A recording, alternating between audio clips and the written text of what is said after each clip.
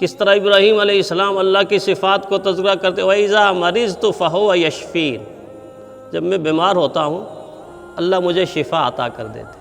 علماء نے لکھا ہے بڑی عجیب تعبیر یہاں فرمائی، عجیب جملہ فرمایا بیماری کی نسبت اپنی طرف کی اور شفا کی نسبت اللہ تعالیٰ کی طرف کی۔ اشارہ دے دیا کہ بیمار اکثر اوقات بندہ اپنی بے اعتدالیوں کی وجہ سے ہوتا ہے، بے اعتدالیوں کی وجہ سے ہوتا ہے۔ اس لیے فرمایا وَإِذَا مَرِضْتُ، جب میں بیمار ہوتا ہوں تو شفا اللہ تعالیٰ دیتا ہے۔ ایک نقطہ تو یہ جو میں نے بیان کیا کہ اکثر اپنی بے اعتدالیوں کی وجہ سے انسان صحت کی نعمت سے محروم ہو جاتا ہے، خاص کر کھانے کا نظام، پینے کا نظام، سونے کا نظام۔ یہ تین نظام اگر انسان ترتیب دے لے اس طرح کہ جس طرح دین چاہتا ہے کہ اس کے اندر اعتدال آ جائے، سینکڑوں بیماریوں سے بغیر دعا کے اس کو شفا ملتی رہے گی، شفا ملتی رہے گی۔ لیکن چونکہ انسان ہے، اس کی زبان کو جب تک چسکا نہ ہو، جب تک ذائقہ نہ ہو، اور جب تک اس زبان کو لذت نہ ملے، یہ بعض دفعہ بے چین و بے قرار ہو جاتا ہے، بے چین و بے قرار رہتا ہے۔ لیکن زبان کے بارے میں کہا گیا نا کہ مزے کو تو بے چین رہتی ہے یہ، مگر درد دل کا نہ سہتی ہے یہ، خوب تر اور یہ رہتی ہے تر۔ اس نے پھیرا ہے ناداں تجھے در بدر، اس نے پھیرا ہے ناداں تجھے در بدر۔ کیسے در بدر؟ کیسے در بدر پھیرا ہے؟ حکیم ابو الحسن رحمہ اللہ فرماتے ہیں کہ بوڑھے آدمی کے لیے خطرناک چیزوں میں سے سب سے زیادہ خطرناک اس کا کک ہے، اس کا باورچی ہے، اس کا خانسامہ۔ جب یہ بات فرمائی تو لوگوں نے پوچھا حضرت خانسامہ تو پکائے گا، اس کی ٹہل سیوا کرے گا، اس کو کھلائے گا، وہ تو اللہ کی بہت بڑی نعمت ہے۔ تو فرمایا تم نہیں سمجھے تم نہیں سمجھے، جب اس کے پاس بہترین خانسامہ ہوگا، کک ہوگا، باورچی ہوگا تو وہ قسم قسم کے عمدہ کھانے پکائے گا، اچھے کھانے پکائے گا، ذائقہ دار کھانے پکائے گا، اور وہی کھانے جب بابا جی کھائیں گے تو دوسرے دن لمبے لیٹ جائیں گے، کیونکہ ذائقہ دار کھانا ہو، مزیدار کھانا ہو تو انسان ہاتھ کراس کر جاتا ہے، نہیں یار اور کھا لو، نہیں یار اور کھا لو۔ اور بڑھاپے کے اندر چونکہ معدہ کمزور ہو چکا ہوتا ہے، غذا اتنی قبول نہیں کرتا، تو فرمایا بوڑھے آدمی کے لیے خطرناک ترین اس کا باورچی ہے کہ وہ اعلیٰ کھانے پکائے گا، ادھر سے بابا جی کھائیں گے اور لیٹ جائیں گے۔ بکرات نے کیا کہا؟ بکرات نے کہا کہ لوگ درندوں اور وحشیوں کی طرح کھا کھا کے بیمار ہو کے ہمارے پاس آئے، ہم نے ان کو چڑیوں کی غذا دی تو تندرست ہو کے واپس چلے گئے، چڑیوں کی غذا دی تو تندرست ہو کے واپس چلے گئے۔ ابو علی سینا نے کیا فرمایا؟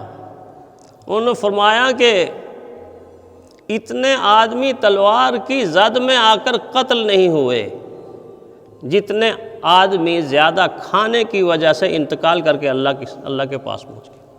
اس کا مطلب ہے کھانے میں اعتدال چاہیے۔ پیارے پیغمبر نے اپنی سنت کیا بیان فرمائی؟ بھوک لگے تو کھاؤ، بھوک رہے تو چھوڑ دو۔ یہ نہیں فرمایا کہ بھوک لگے تو کھاؤ اور کھائی جاؤ نہ، ایسا نہیں فرمایا۔ بھوک لگے تو کھاؤ، کچھ بھوک رہے تو چھوڑ دو۔ کیا اعتدال سکھایا ہے اللہ کے نبی نے، کیا اعتدال سکھایا۔ پیارے پیغمبر صلی اللہ علیہ وسلم نے صحت کے جو اصول سکھائے ہیں، اگر وہ اصول اس وقت سائنس پوری بن جائیں تو باقی ساری سائنس پس پردہ چلی جائے گی۔ رحمت کائنات صلی اللہ علیہ وسلم کی زبان مبارک سے نکلی ہوئی سائنس فرنٹ پر آ جائے گی۔ ایک یہودی نے جب حضرت عمر رضی اللہ تعالیٰ عنہ پر اعتراض کیا اپنی جہالت کی وجہ سے کہ آپ کے نبی نے کوئی صحت کے بارے میں اتنی تعلیمات نہیں دی، اس بیچارے کو پتہ ہی نہیں تھا، تو حضرت عمر رضی اللہ تعالیٰ عنہ نے فرمایا اچھا میں ایک جملہ حضور صلی اللہ علیہ وسلم کا آپ کو سناتا ہوں۔ ایک جملہ، وہ کیا جملہ تھا کہ رحمت کائنات صلی اللہ علیہ وسلم نے فرمایا انسان کا معدہ حوض کی طرح ہے، کنویں کی طرح ہے۔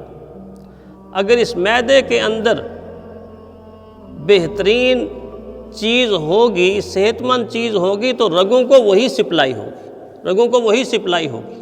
اگر اسی کے اندر بیماری ہوگی تو رگیں بیماریاں چوس کر بدن کے اندر جائیں گی، بیماریاں چوس کر بدن کے اندر جائیں گی۔ جب یہ جملہ حضرت عمر رضی اللہ تعالیٰ عنہ نے اس کو سنایا تو اس کی زبان سے بے ساختہ یہ نکلا کہ میں حیران ہوں، مجھے تعجب ہے اس چیز پہ کہ آپ کے نبی نے ایک جملے کے اندر حکیم جالینوس کی پوری حکمت کو بند کر دیا، حکیم جالینوس کی پوری حکمت کو بند کر دیا۔ پیارے پیغمبر صلی اللہ علیہ وسلم نے کیسی رہنمائی فرمائی، کیسی رہنمائی فرمائی۔ صحت کے لیے سکھایا سب سے پہلے دعا، یہ نہیں کہ ہم بیمار ہو جائیں گے تو پھر دعا مانگیں گے اللہ ہمیں سے، نہیں نہیں نہیں، دعا جاری جاری جاری۔ صحت کے عالم میں اللہ صحت مند رکھنا، اللہ صحت مند رکھنا، اللہ صحت دہی رکھنا، دعا، اور دعا کے ساتھ پھر غذا، غذا کا جو نظام اعتدال دین نے قائم کیا نا، اگر اس نظام اعتدال کو انسان اپنا لے اور پورا اتر جائے تو سینکڑوں بیماریوں سے صرف غذا کے ساتھ وہ صحت حاصل کر سکتا۔ پھر غذاؤں میں ایک ایک چیز کے الگ الگ فائدے، بجائے کھجور کے الگ فائدہ، دودھ کا الگ فائدہ، شہد کا الگ فائدہ، جو ایک ایک چیز اللہ کے نبی آمنہ کے لال نے بتائی ہے، ایک چیز سے اس وقت ہزاروں بیماریوں کا علاج کیا جا رہا ہے، ہزاروں بیماریوں کا علاج کیا جا رہا ہے۔ ہم ہیں کہ ہم ان چیزوں کو دیکھتے نہیں، پڑھتے نہیں۔ تو پہلی چیز دعا جاری رہے۔ کس طرح دعا کی؟ جس طرح ایوب علیہ السلام نے دعا کی، بڑی لمبی بیماری تھی، نادا ربہ انی مسنی الضر وانت ارحم الراحمین۔ اس دعا کو جب بندہ پڑھتا ہے نا، جو عربی جانتا ہے تو وہ قربان ہو جاتا ہے کہ قربان جائیں ایوب علیہ السلام کس درد کے ساتھ، کس سوز کے ساتھ، اور خاص کر کس ادب کے ساتھ اللہ سے مانگ رہے ہیں، کس ادب کے ساتھ اللہ سے مانگ رہے ہیں۔ کوئی شکوہ نہیں، کوئی شکایت نہیں، کوئی واویلا نہیں۔ کیا لفظ ہے؟ انی مسنی الضر، اللہ جی مجھے بڑی تکلیف ہے، اور یہ نہیں فرمایا تکلیف دور فرما، ایسے بھی کر وانت ارحم الراحمین، اللہ تو سب سے بڑا رحم کرنے والا ہے، اب تجھ سے نہ کہوں تو کس سے کہوں، تجھ سے نہ کہوں تو کس سے۔ کتنی پیاری دعا ہے ایوب علیہ السلام کی، ربی انی مسنی الضر وانت ارحم الراحمین، پیاری دعا ہے۔ حضور نے فرمایا ان لجسدک علیک حقا، لوگوں تمہارے جسم پر تمہارا حق ہے، کیا؟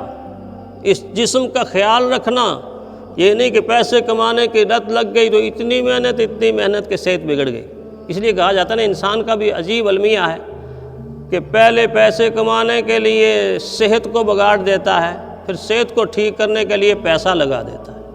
نہیں، اتنی محنت کرے کہ جتنی محنت کر سکتا ہے۔ تو دعا، غذا، پھر دوا، پھر پرہیز، اور اس ساری کی ساری کو اکٹھا کیا جائے تو کھانے میں، پینے میں، سونے میں نظام اعتدال جو دین نے سکھایا وہ قائم کر دیا جائے تو یہ ساری کی ساری چیزیں آ جاتی۔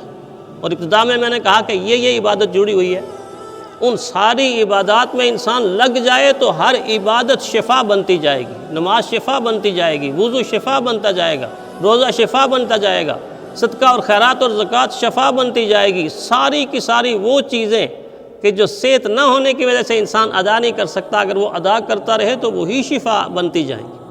تو اس لیے دین نے ہمیں سمجھایا کہ ہر نعمت سے بالا ہے نعمت صحت کی، اور ہر لذت سے اعلیٰ ہے نعمت، یہ صحت کی نعمت۔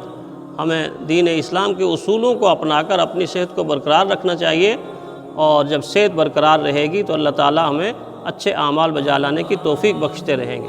آخر دعوانا الحمدللہ رب العالمین۔